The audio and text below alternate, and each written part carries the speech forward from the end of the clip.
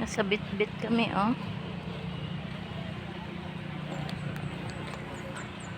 Ang init kasi sobra, guys. Kaya naisipan yung kasama ko na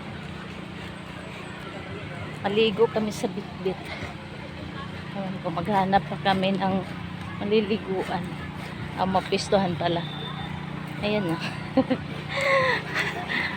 Nagpapaitim ako. Charot lang. Kala mo puting-puti. Oo nga. Kasi minsan lang talaga makagala ng babad sa araw pa. Wow, ang ganda. Parang iba talas Kanyakan. Dito kasi hindi gaanong ano yung tubig, no?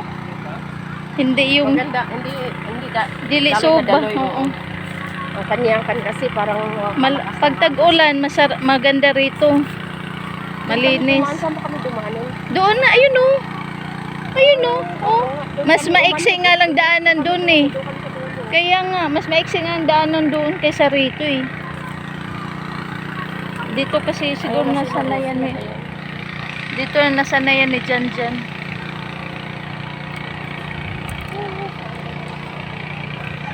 Ang ganda. Ano yun? Kurente nila. Generator. Ingay ba? Ayan. Sobra. Ayan tulay guys. Oh.